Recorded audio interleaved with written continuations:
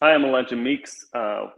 Welcome to this Biz Careers interview series. This is number 5 in what we're looking at as a 10-part series for this first go-round.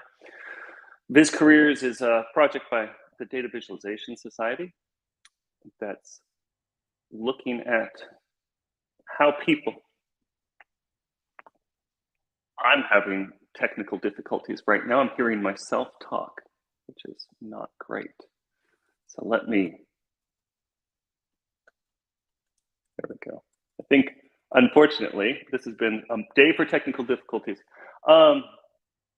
Biz Career Series is brought to you by the Data Visualization Society, of which I'm one of the co-founders. And we're trying to look at how people grow in their careers, how they become data visualization practitioners, the challenges that they've run into, and how they overcome them. So this week, I'd like to welcome Brit Cava. Brit, Hi. welcome. Thank you. For our viewers at home, just so that they can have an eye into my own technical challenges early on, we weren't having a great time getting everything working. And so I had the YouTube version of this up in another tab, trying to see if that would help things. And so as I started to talk, I heard myself talking from 10 seconds ago, which is not the greatest experience for trying to talk about things and introduce things. So I don't recommend it. Viewers at home, children, pets, anyone, don't do that. Britt, sorry about the fumbling early on. I hope you're doing well. Welcome to this interview. Thank you so much for inviting me today. So, Britt, we're going to talk about a few different subjects. We're going to talk a bit about your experience with data visualization, the sort of classic career trajectory stuff that we've talked about with earlier in the earlier interviews. But we're also going to talk about something that's sort of more generic to people's careers, which is when you step away from it, when you maybe leave a domain to go into another, or just leave professional life entirely for a bit, which is something that is often talked about, but I think rarely sort of exposed in the light of career development, because I think we hear about it from kind of motivational speakers, and we hear about it from our therapists, but we don't actually hear somebody talk about it as a natural progression of their career, right? Like, has that been your experience? Yeah, I think that's actually such a good way of putting it in terms of framing it under career development, because we think of things like getting promoted or just continuing to grow upwards, when there's so much more to career development and self-development that really impacts how you show up at work and the kind of work you can produce. So yeah, I really like thinking about it in that way. Well, I think that, there's a very data visualization perspective on this, because one of the most telling critiques I've heard of sort of modern, what they call, late stage capitalism, is this idea that number goes up and to the right. And it really, to me, that's a very data visualization kind of way of saying something.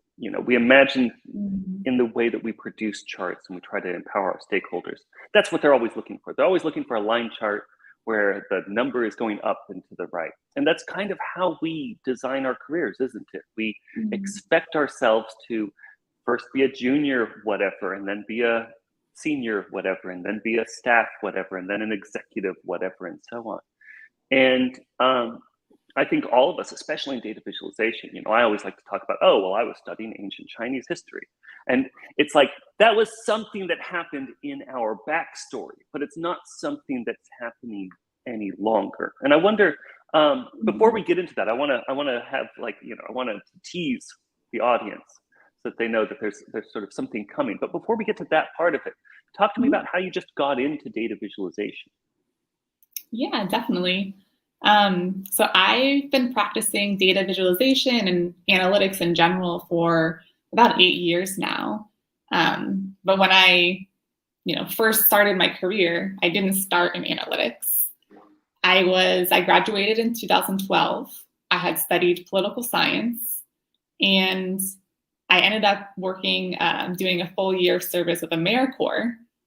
And during that time, I had to do volunteer management, which required a lot of tracking and reporting. And that's kind of how I first started doing anything at my job that had to do with data.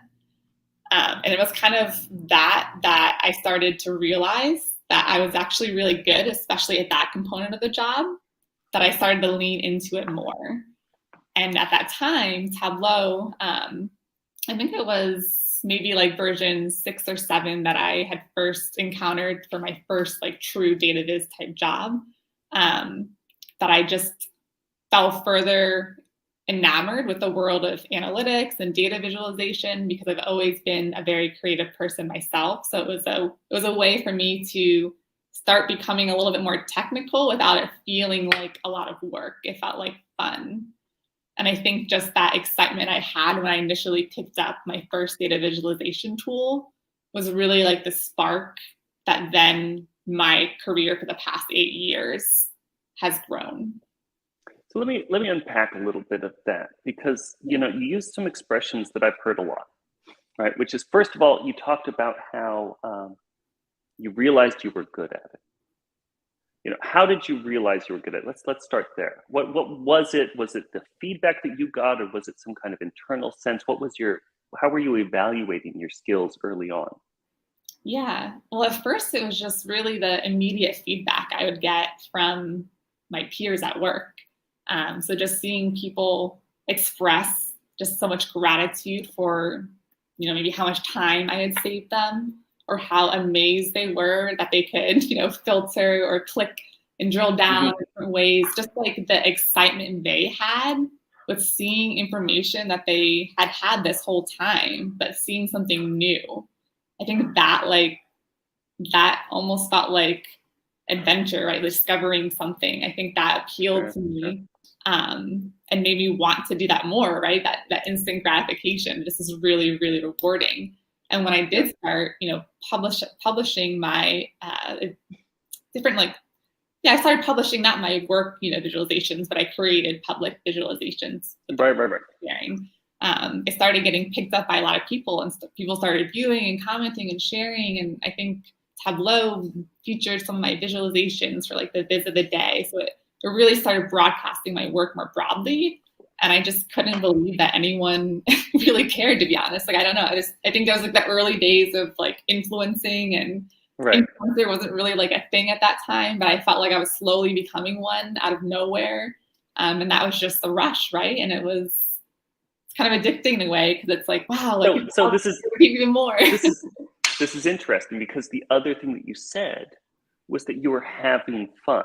Right? Like you'd found this thing and it was producing joy. I mean, I felt the same way. And I think there's a lot of folks, a lot of success in data visualization does seem to be key to whether or not you really enjoy this sort of practice of, I'm trying to think the most antiseptic way possible of describing it, right? Encoding data into visual variables. I mean, this is not supposed to be fun. Fun is supposed to be tennis, or fun is supposed to be reading a good book, right? But there are quite a few people who really enjoy this. Like for them, it's this serotonin producing activity, right? Yeah, it totally is. And I even feel like sometimes I think about, I was going to say, I didn't study this or intend to become an expert in visualization or data analytics, right? But I honestly think obviously nobody does.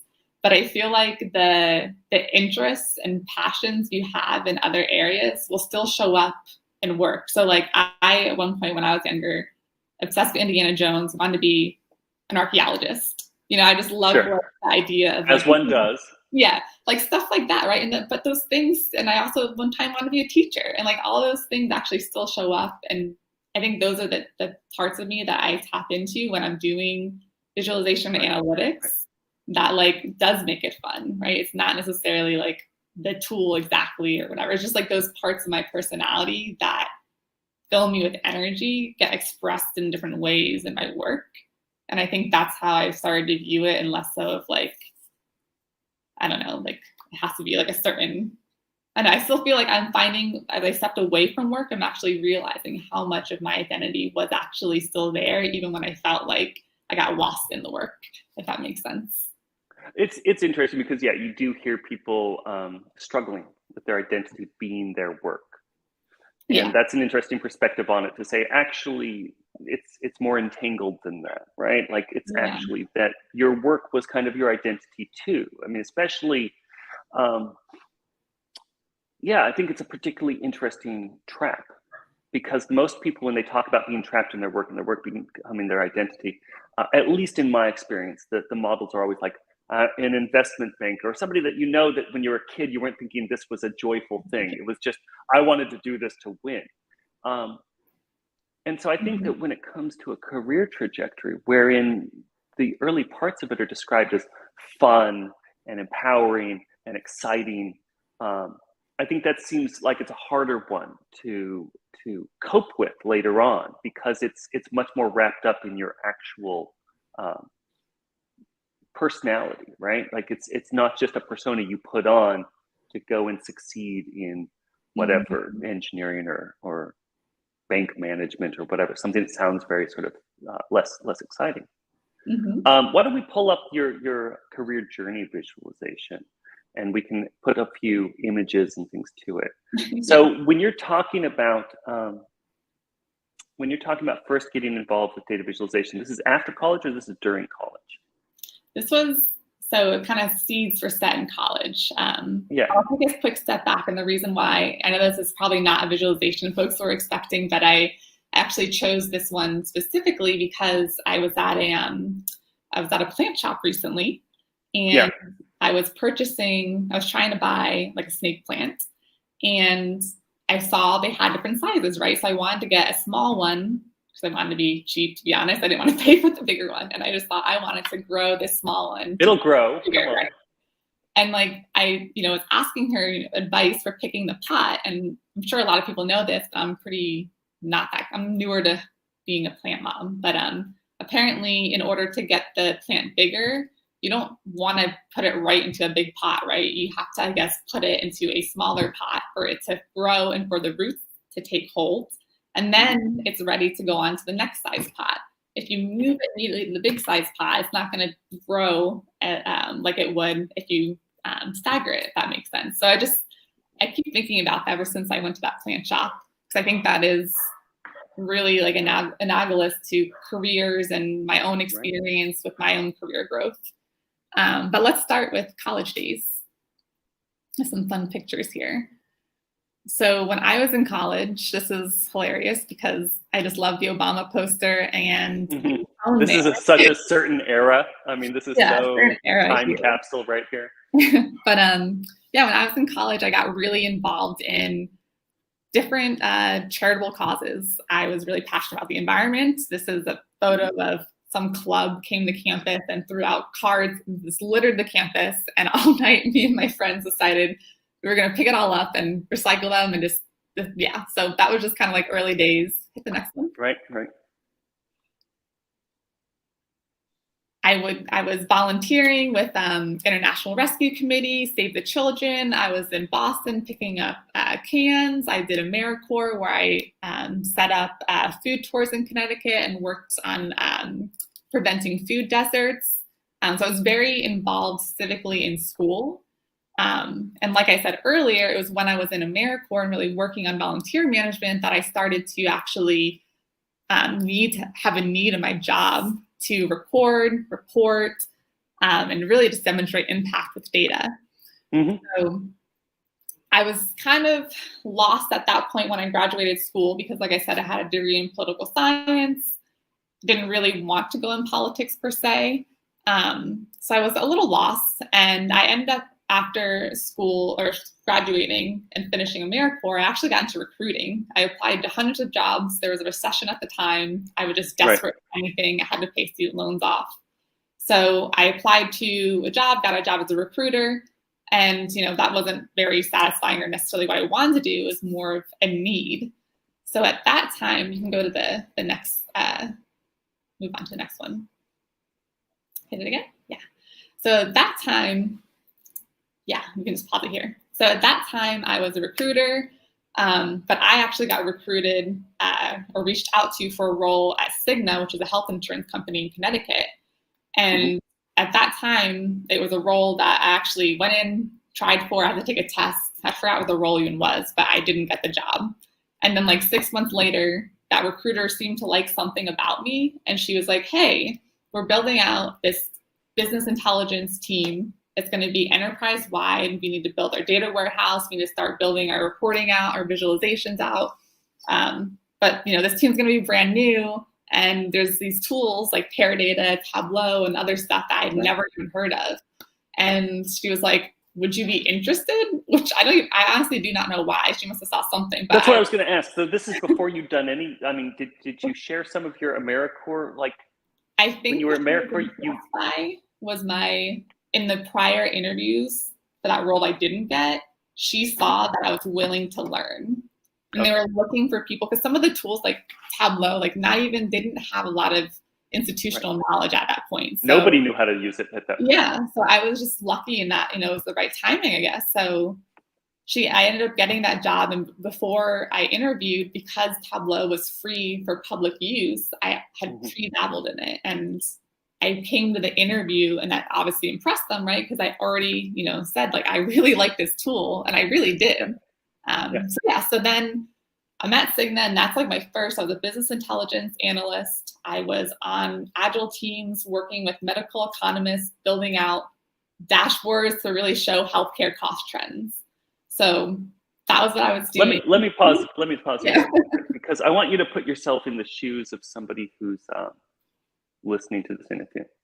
2022. They want to, you were saying nobody wants to become a business, a BI analyst. Nobody expects that. Now they do. They're trying desperately to figure out paths to enable that dream, right?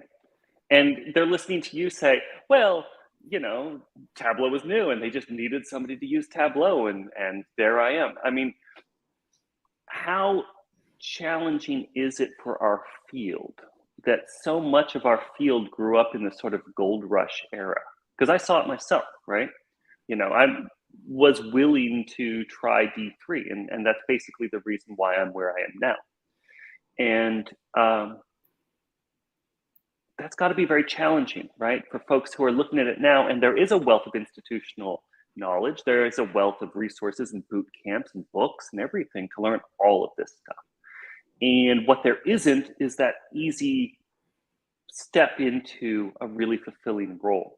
And I wonder, what do you think about that? Have you given much thought to what that's done for how our field, our profession has organized the way it thinks of itself? Yeah, I haven't too much, but that is a really interesting thought, because I know personally I did feel like I had folks that I did look up to and maybe followed some outdated advice that wasn't so great in the beginning. But everybody does. I have always also felt personally like I wish I had a little bit more foundations in XYZ. Yeah. And I do, like you said, I also come across a lot of peers who are more self-trained, learn through experience. And I think that is extremely valuable, a great way to learn. But yeah, it's interesting that at least for my experience, I didn't have that any sort of academic path, or that I didn't even know of existed or thought to do. But what I do think is really interesting is how education is so different now, right? You don't even need to go to school, and some of these tools are open source, but I almost wish there was more of a model where you might have I know there's mentorship models, but what am I thinking about? I think I have in Oxford, you kind of self-study, but you have, very educated folks who can guide you. I don't know. I feel like you almost need a master journeyman kind of model. Maybe more formalized ways of doing that, because there's so much value, I think, to both experience and education. And there is no one path for anything. So it's even hard to say do X, Y, Z. So this is interesting. So you're not much on Twitter, of which I'm very jealous. Unfortunately, I still am. And one of the comments that I made out of as a result of the last of these interviews was something that I'd said a number of times, which was that I wish there was an undergraduate major in data visualization. There was support for data visualization in middle school and high school. I think it's to me it's a fundamental subject, and I think that we should have more of it exposed to, like I said, early learners especially. And what I was surprised by was a certain kind of pushback from folks who said, basically, keep data visualization weird, right? Like that, oh God, if there's like serious degree granting institutions for it, then that's credentialism, then that's gonna wipe out all of these wonderful, strange flowers that have grown. To go to your snake plant as a metaphor, right? You've got this beautiful natural garden filled with things that just grew there, and now you're going to replace it with some kind of, I'm going to go and get a flat of annuals from Home Depot and just bulldoze it and replace it with these. I wonder, what do you think about that? Why do you think it is that people are concerned about that happening? Yeah, it's really interesting. I think that, I personally feel like there's so much opportunity for both, right? I personally don't believe that, by training folks in a specific way that limits any other opportunity of expression. I don't know. But do you think there's a sense when you were talking about your early exposure to data visualization, you're talking about joy and excitement and happiness. Yeah. And I think that there's a lot of folks, because this is, just by historical necessity, populated by people who were in some other place and saw the gold rush and said, oh, this is something that interests me. For some reason, I'm self-motivated to do it. And the other side of it is, I learned about data visualization in 6th grade, and my mom says I should be a data visualization, I should be a BI analyst because it's a good career track. And so now I'm just gonna be a data visualization person because it's a good career. And they feel like that their field is going to no longer be mostly populated by people who were excited and self-selected to be there. And instead it's gonna be people who were pushed into it, in the sort of stereotypical sense of like a doctor, right?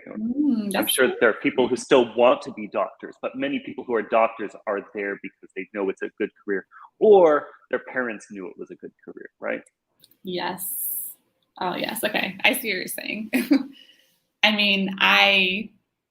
My personal experience, that never really goes well. And I think ultimately, if I get the motivation. I've been there. Like I said before, I took a job as a recruiter, even though that you didn't want. Like if you, I needed money. And I think, I think that we contrasted your career path with if you had gone 8 years in recruiting, because I'm sure, knowing how smart you are, that you could have been a successful recruiter. You're a good communicator. You're smart. That's what a recruiter needs to be, right? And you could have been successful, made a lot of money, been a senior recruiter. Look at this. Somebody in the YouTube chat was recruited by you. You could have done that and had some level of material success, but I don't think you would have had the sense of even with the path that you've taken, it would have been a different thing, right? Yes, that's completely true.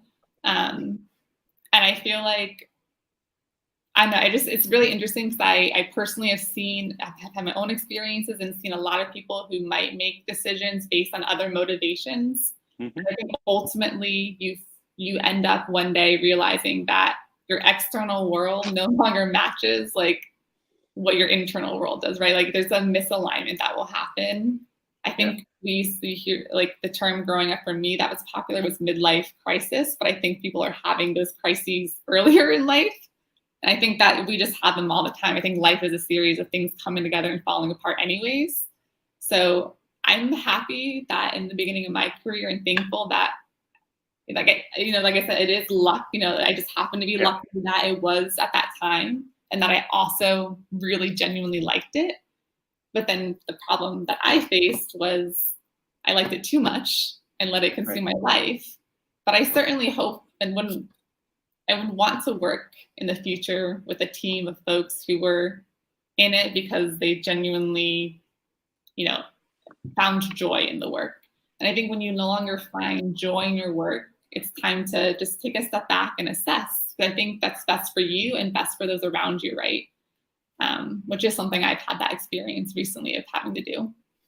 So let's get back to your career path and talk about this moment where you're making the data visualization. And there's something I wanted to point out here because I'm always excited because you said that like there's this point when your external life doesn't match your internal life, right? And again, I think that there's a really great data visualization version of this, which is that we create these, hopefully when you're creating these charts, you're creating them about external phenomena. And sometimes we see when the chart sort of drifts away from what the external phenomena is, right? When the chart ends up being a chart for the sake of being a chart. I think I see this most, at least in my experience, internally at organizations, where they start tracking metrics that aren't really reflective of the success of the business. And those metrics are going up.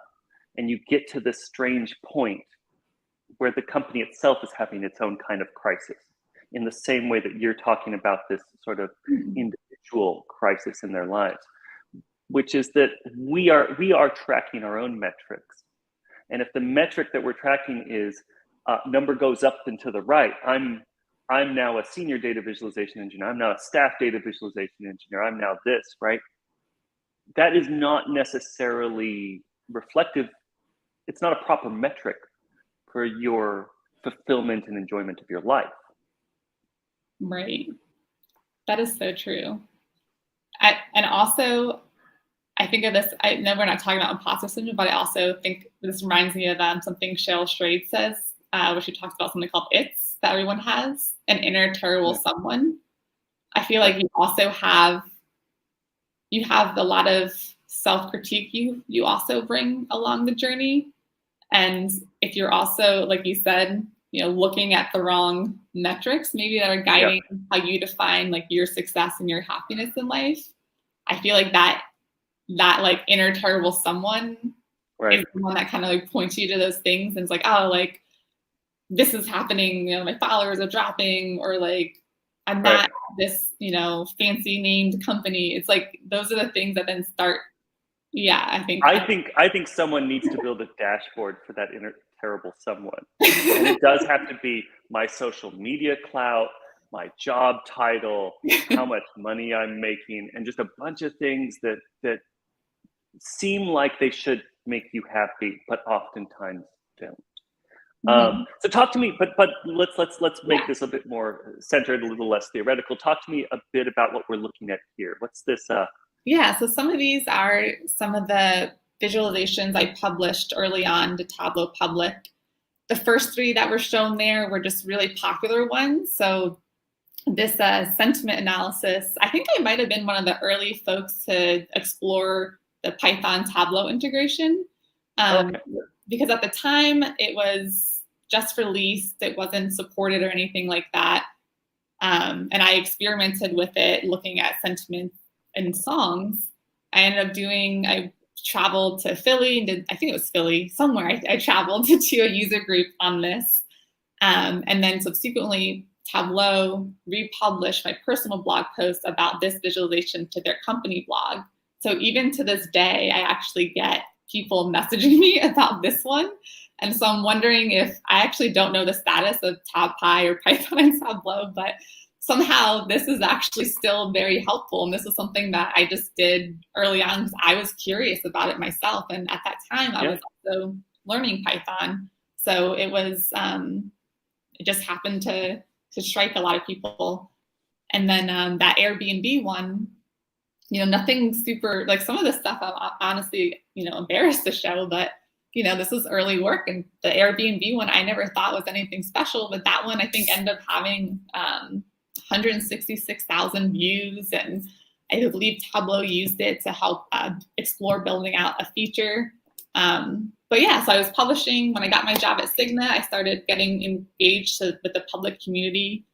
My visualizations, got almost 400,000 views, which seemed like a lot to me. If you go forward a few, the last couple there that I've added here are ones that I also published publicly, but that I was maybe more proud of. So, I mentioned I studied politics. I'm very civically engaged. So I also started exploring topics like unreported police homicides and talking about gun violence in the US and building tools, if you could go forward to building tools that were helping people be informed about what was happening in the world and how they could make a difference. And then I also started getting involved with Biz for Social Good and the United Nations and building visualizations to try to communicate the challenge of different world challenges, like the child refugee crisis in this case. So I think for me, like, I was really drawn to the ability to communicate and connect it to causes I cared about and try to get people to actually like do something. So I was more interested in that. I wasn't necessarily someone who was more drawn to the artistic ways of, creating visualizations. But yeah, did you see impact? I wanted to share. Did you see impact from these early visualizations? I mean, besides, clearly, as you were saying, it increased your social, your I don't want to call it your social media clout because that Yeah. infantilizes it. It increased your reputation, like it allowed you to be more visible to the community. But did you see impact beyond that? Did you see any of these charts that led people to making decisions or making changes that was meaningful? Yeah. I can't obviously attribute my visualization trying to get people to go against Trump's immigration ban to say that I was the one who caused it. But I will say the visualization with the UN led to me getting invited to their Data Innovation Summit. And I actually ended up getting to train 40 different agencies on how to influence decision makers with data. And I did one-on-one consulting with the World Food Bank. So it led to me— That's incredible. Actually like getting connected to people who are influencing decision makers. So indirectly, yes. So let me set the stage. You loved it. You were happy. You were doing things for good, and then you decided to throw all that away and go to Silicon Valley. Yes, exactly. So that's where the story goes next. So I'm enjoying my work at Cigna. My partner ends up getting a job as an engineer in Silicon Valley. So that's why I go there. I kept my job. I became a remote employee. I really actually liked my team a lot. I wasn't passionate about health insurance. But I was on an innovative team in an otherwise, older enterprise. Right. So for me, it was fulfilling. But, working at home in a new area when there's amazing opportunities, it's kind of lonely. And I was interested in what else could be out there. And at this time, I also was much more publicly engaged. I was very active on Twitter, had my Tableau public going. So I actually was recruited or noticed by Slalom, which is a consulting company that had a location in the Bay Area. And I had never considered consulting before, but I thought it could be a good opportunity, in the least, if it didn't work out, to be able to explore companies in the Bay Area and get exposure to a lot of different use cases. At this time, I only had a bachelor's degree in political science. I couldn't afford to go back to school. So I felt like I needed the experience as my education. Since I didn't have the opportunity to have more like academic training, I chose the experience route. So if you hit a couple of slides, these are some examples, very, blurred. Can you go back a couple? We'll start at the first one. These are some actual examples of deliverables I created. I think there's a little lag here. Can you go back? Yeah, we can just leave it here. So these are some examples of, anonymized, blurred out, whatever you want to call it, work examples. So I got to do a lot of different types of visualizations. Some of them would be helping companies understand risk. Some of them were more innovative in looking at social physics and how different departments interact with each other. Who's more influential? How are we thinking about designing our organizations? To building, tools for employees. So how can I track how I'm, progressing along a certain path?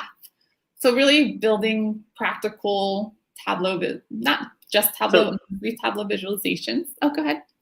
So let me pause you there and geek out a bit on Viz and talk about, so we've got like a network diagram, we've got a dimensional matrix. These aren't, these aren't what I associate with Tableau, right? What I think of with Tableau is I think of bar charts, line charts, and scatter plots. Are these things that you found were useful in dealing with stakeholders? Was there something particular about the fact that it was a consulting firm and you wanted to sort of push boundaries because then it would look more impressive? What was the reasoning behind the sort of data visualization forms you were using during this period? Well, I'll be honest and say I chose the sexiest ones for this visualization. Sure. This is not representative of all of my work. A lot of it was more basic line charts, bar charts, things like that. Naturally, yeah. But really, but yeah, so it was a combination of things, right? Like I really, I think it's really important to know your audience, right? And really understand how, like what their data literacy is, I guess you could say, or how they've looked at information before. Some of the more innovative things I did were really pushing the boundaries because they hadn't looked at the information before in that way. And when we started to be a little bit more creative, we could see more interesting things that could lead us to maybe the final outcome. So for example, the charts on top there, we had the one on the upper left, like this actually led to a scorecard being created internally in this company that then got adopted by the industry. So it didn't end up looking like that in its final form, but it helped us get to what that final assessment would look like. I mean, that's some impact, isn't it? Yeah. So sometimes, the charts themselves were the final output and like the place where people would get the information and continue to use it, where other times it was more the creative times. I feel like it kind of led us to other paths and being able to see things a little bit differently. I think that's missing from the typical bifurcation between explore and explain, because there's sort of like the explaining graphic, the dashboard that's been distilled and you're putting in front of your stakeholders and they consume it. And then there's the explore where it's just a lot of different views into the data. But then there's there's a different kind of exploration that's iterative. It's like an iterative kind of design that isn't exploring in the way that a data scientist does, or an analyst who's sort of on a fishing expedition, right? It's a much more directed exploration that deals with sort of drafts and refinement, and the charts are raw material for the next stage. And that next stage could be more charts, or like you said, it could be some final deliverable, which is a different interface into that data. Yeah, totally. And it's just, and I think, I don't know how I was going to say, it is more fun getting to push the limit and have a little bit more creativity. Sure. But I also still, I do tend to feel like one that's more practical about approaching things. And I think especially even as my career went on, I feel like I didn't spend as much time polishing things, for example, where, these would take, of course, like you said, you might not notice that was like Tableau. So I had to do like a lot of extra work to make things look a certain way. Whereas maybe if I was, custom coding it like some of your work, I'd have much more like freedom, but I had to, not. I mean, you have much more freedom, but it's still a mess and it still takes time. But more interesting, I think, is the background that you're coming from. Actually, I think is what this is an expression of. I mean, you're a political science major. You're interested in social justice, and that's a very practical viewpoint, right? And so you get to the point where you're like, well, yeah, I have proved that I can make a network diagram, but I have to actually get stuff done. And so I'm going to make charts that people can actually read, right? Yeah. And it was around, okay. Oh, no, go ahead. I was kind of segue to the kind of where I went from here, because I was doing a lot of great work.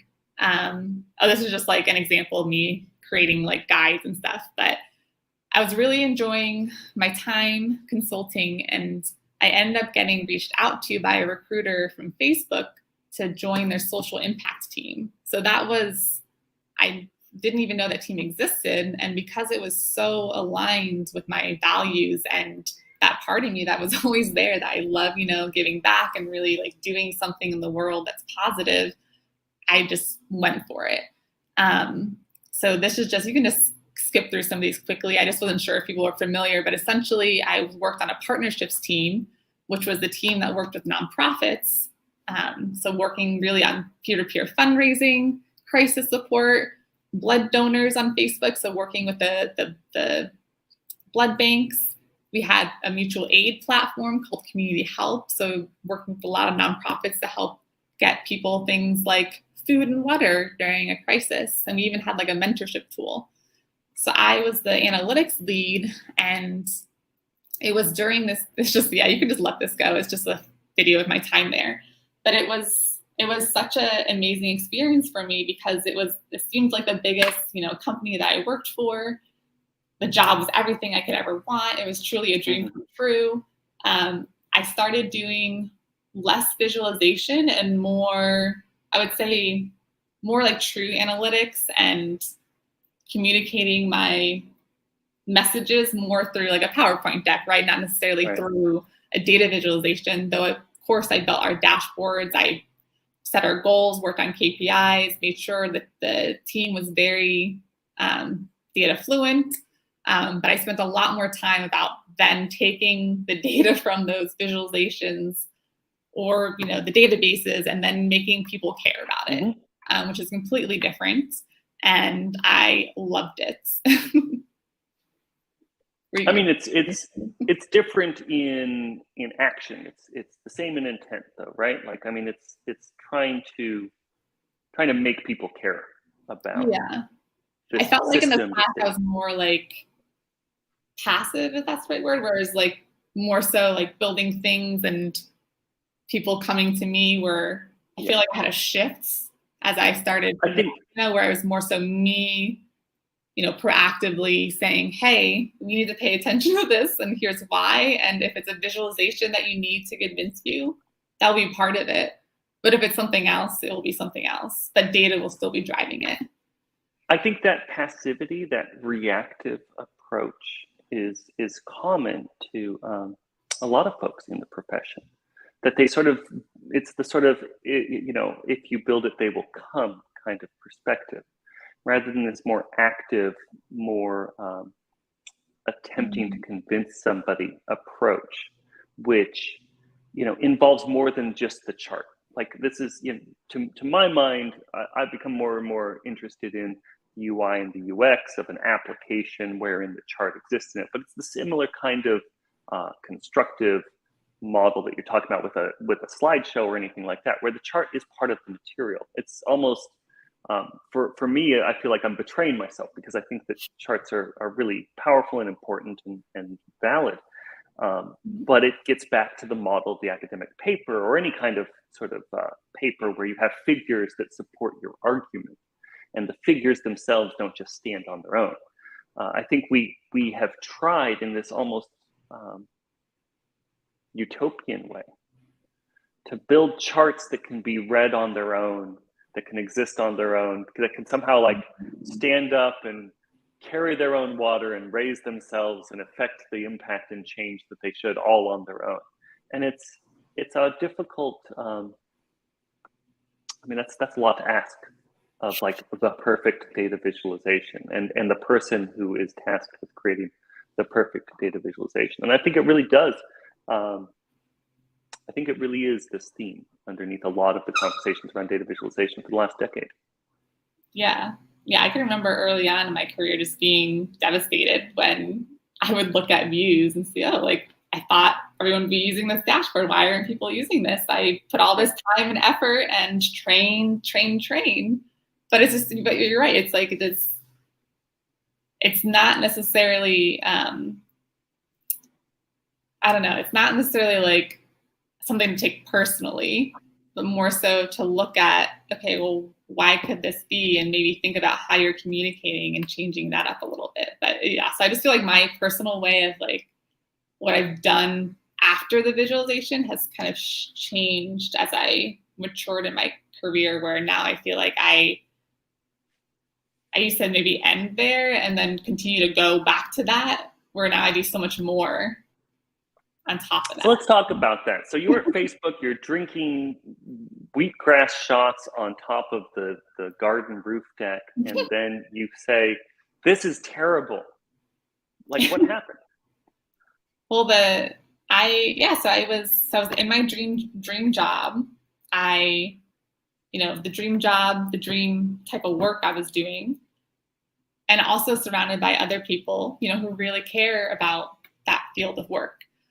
And I think when you do have a career that is connected to real direct like impacts in the world, it's a lot of responsibility and it's a lot of pressure. So one, I felt very eager to do my job because I simply just like loved the work, right? So I would prioritize it over so many other things. Sure. And B, just like that, like I said, that responsibility of, well, if there's a crisis that strikes and we have to activate our mutual aid platform, we need to know which nonprofits are ready to respond, and we need to measure impact after, and all this stuff. It becomes very intense, right? Because how can you say, oh, it's 5 o'clock, so I better get to dinner now. It's just not very practical in that way. And during my time there, the product, so when I first joined, it's about raising about 300 million, and then 3 short years later hits 5 billion. So just a massive growth. And then also keep in mind during this time, the pandemic happens. There's racial unrest and protests in the country. So a lot of like very challenging things happen where people then respond by rage giving. So then those things that you deal with, rage giving. So you get upset that the president did XYZ. Maybe somebody's upset. Most recently, I'm sure this happened where the Supreme Court struck down Roe versus Wade. I 100% bet that Planned Parenthood had a spike in giving that day, right? So these things that are happening in the real world were also happening at my job and also impacting me, personally, right? I was very upset about a lot of things that were going on. So and it's almost like it's a rebounding effect. You're upset by the original cause, just like with everybody else. And then you look over to your work and then it's coming at you from that direction too. Yeah. And I got to the point where I realized, and I don't think it was just in that role, it was kind of building up in my career, that I got so pulled into it because of, I think, the early on being more of like an influencer and having that social circle, like even if it was parasocial in some ways, that really boosted my ego in a way, right? I also, during this time, had lost my mom, and I didn't really grieve that really well. Instead, for me, I ended up throwing myself more at work, I think, because I didn't want to feel the sadness, right? So for me, it was a lot of factors that kind of built up where I got to the point where I wasn't enjoying my free time because, of course, I was thinking, oh, I should be doing X, Y, Z. I couldn't sleep at night without thinking about, work the next day. People who, knew me well, felt like I was being different. It didn't seem like my normal self. It's kind of that spark was going. And I ignored a lot of signs from people telling me things, the stuff that was happening at work, to the point where I actually physically got sick. So I started having heart issues. I started having gastrointestinal issues. So essentially, I ignored a lot of warning signs. And I think a lot of us ignore a lot of warning signs. And for me, it's really scared me when it got really physical. And I realized, okay, I need to really pause and take a step back and really get my health in check. And I made in last year, I made a decision to leave that job, my dream job. And I loved, like, it was the hardest thing I've ever done. Yeah, I I'd did not imagine. want to leave at all. But I made that hard decision. And that's kind of in that slide, the last thing was kind of like a fork in the road, where I could see that I could keep doing what I was doing. And it was, I was having a great impact. Like, I was very good at my job. Right. They didn't want me to leave. I didn't want to leave. But I realized that if I stayed on that path, I think I literally probably would have died, if not like died younger than I would have otherwise died. Like, to be honest, I would have just driven myself to the grave. And I think a lot of people do that. And I didn't want to do that. So I did decide to leave. So for the last year and a half, I actually haven't been working, and I've been spending the time really just taking care of myself, thinking about what I want, like exploring new topics. I've been really into different like neuroscience and quantum physics. I've been volunteering. So I've been getting more civically engaged too. I've moved. So I have like a new town, and my life's just like really different now. But in a good way. And I'm now, a year and a half later, starting to feel interested and excited for other opportunities again. So yeah, it's kind of an interesting place where I'm at now. I mean, it's a challenging decision. We scale up our needs with our resources, and so any decision, and it's not just financial, right? Like, it's also reputation. It's your impact. And like I said, typically it's not presented as part of like a career journey. It's sort of presented as, I'm a blacksmith, and 20 years ago I was a software engineer. It's always some kind of backstory. And so it's really interesting to me to hear you in the middle of it, where it is this part of your journey, and where you might go and how that influences where you might go and where you've been. I think it's the kind of thing that people need to hear.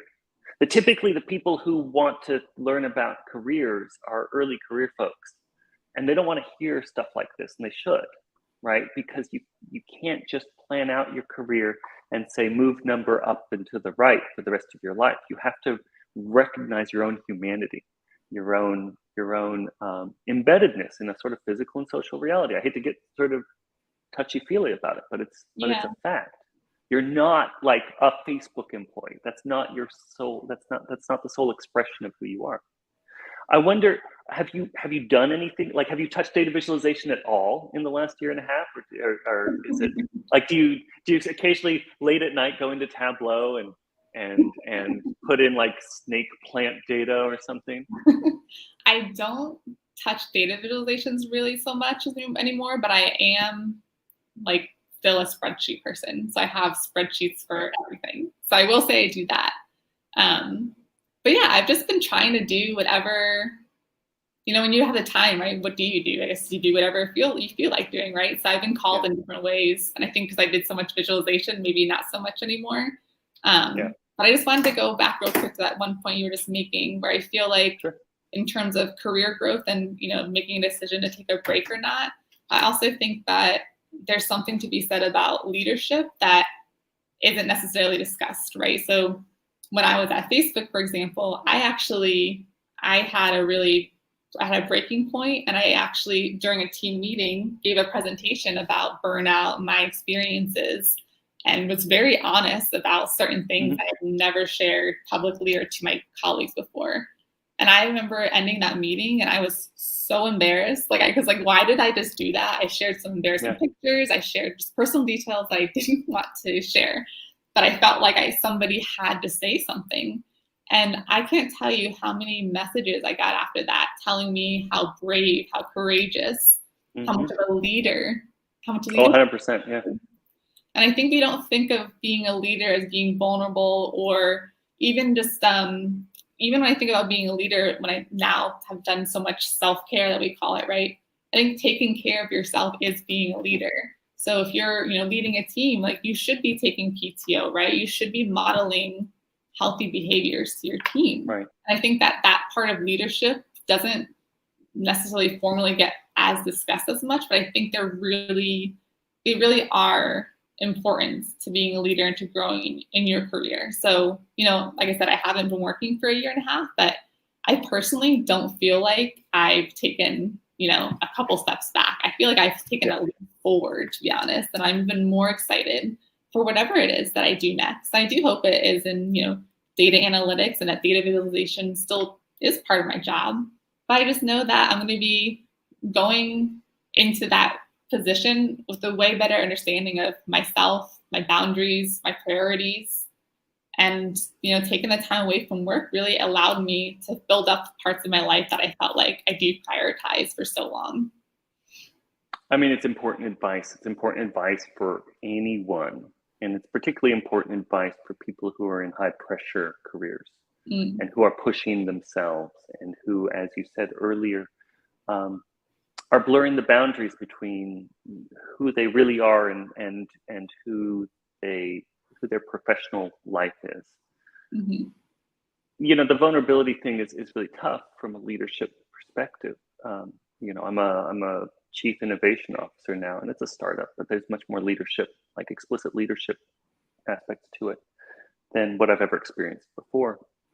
And I think the real challenge is that a lot of the advice about leadership ends up being performative vulnerability, where you're like, oh, I'm such a perfectionist and I need to get over that, or I work too much. I'm just too in love with this product. And you're like, that's not real vulnerability.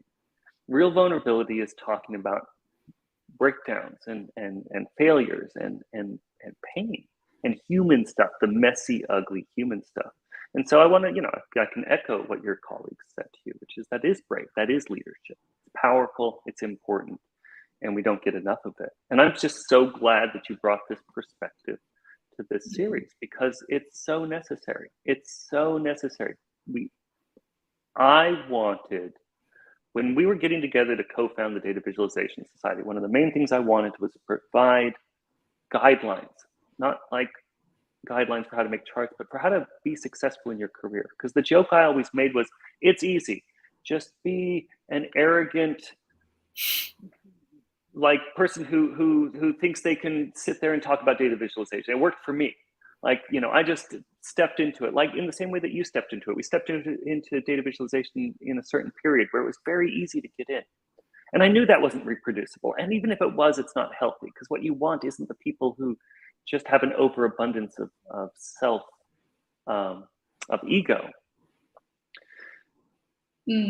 But I never thought about, with that advice, I never thought about sort of making it holistic, right? I wanted people to know how to become good data visualization professionals. And I honestly, until talking to you, lost track of how do you also become a healthy professional? How does that relate specifically to data visualization? Because I'm sure if people dig into it, that there are specific aspects of this, especially the social media part of it, which I've dealt with along with you, where it becomes a driver that we need to be aware of and make our profession, our field, aware of. And so I so appreciate you bringing this perspective, Brit.